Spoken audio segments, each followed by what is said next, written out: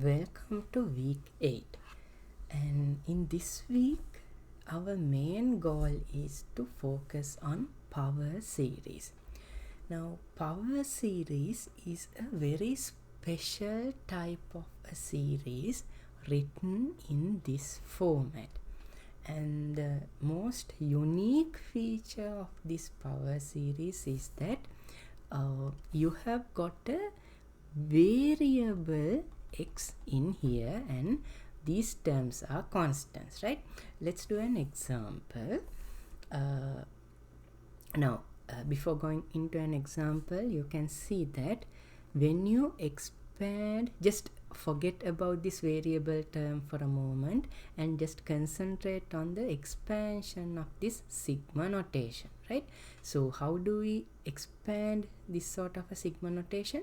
We just replace the nth term with an increasing order of this number, right?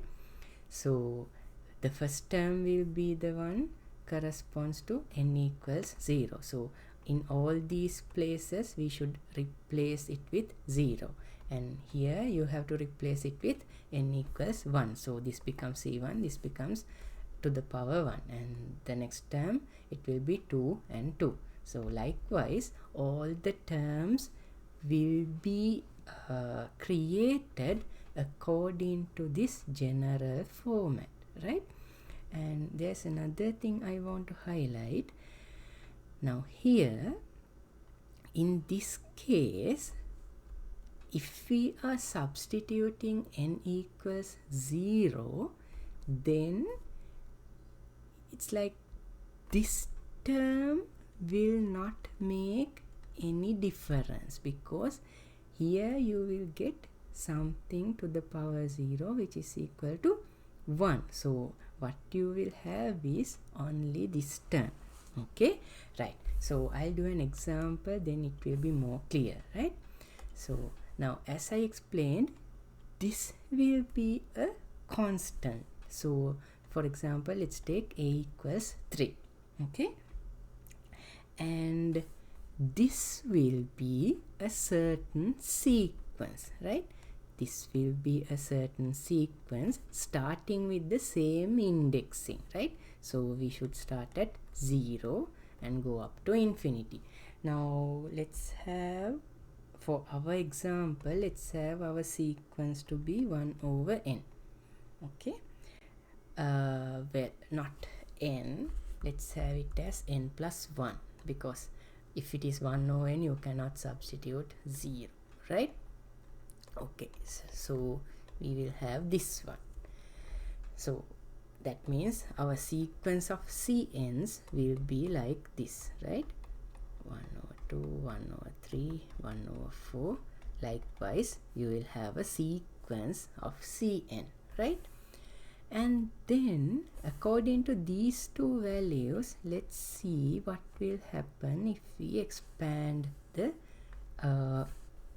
power series with these two values. So instead of cn, I am writing n plus 1, and instead of a, I am writing 3, right?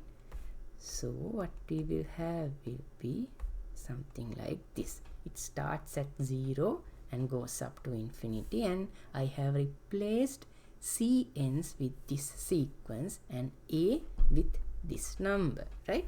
You can choose whatever the sequence you need, and you can choose whatever the number you prefer. Okay, right? So according to this specific case, our expansion here will be something like this, right? 1 over n, this one will be just 1, right?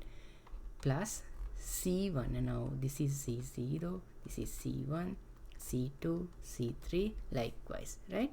So c1 will be 1 over 2, and the next term should be x minus a to the power 1, right? And the other term will be c2, that is 1 over 3, and x minus a is 3 to the power 2, right? So likewise, we will get a certain expression, but the unique feature here is that in this expression you have a variable x, right? So this is the crucial part in the theory of power series. It is a series with a certain variable. So what do we mean by a variable? Now, say if we have a function, okay, if we have a function like this, then what does this x represents? Here now, say for example, if we have a function like this, so this x represents a certain quantity that can be used as the input for this formula, right? Now we can input this number and get a corresponding output according to the formula. That means whatever the number we input, we replace it with all the positions of x, right? So the same role is played by this variable in the series, in this power series notation as well, right? So that means we can replace the x with a certain value, okay, with a certain value, and then obtain a series with numbers, right? Say for example, if we replace x with, let's say 2, then all these positions will be replaced by 2 and you will get a general series with just numbers, right?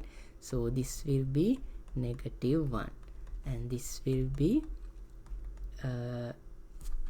if we are replacing it with 2, then it will be -1 to the power 2, and the other one will be -1 to the power 3. Likewise, you will get a normal series without any variables, right? Okay, so now from here onwards we are going to discuss more in detail about this substitution, like the possible values that can be used for this given particular power series. Okay, so but just for the time being, what you should realize is power series is something written in this format, okay, and here the most unique feature is that it comes with a certain variable, and we should keep in mind that we can substitute values instead of this variable and then obtain a series with just numbers, right?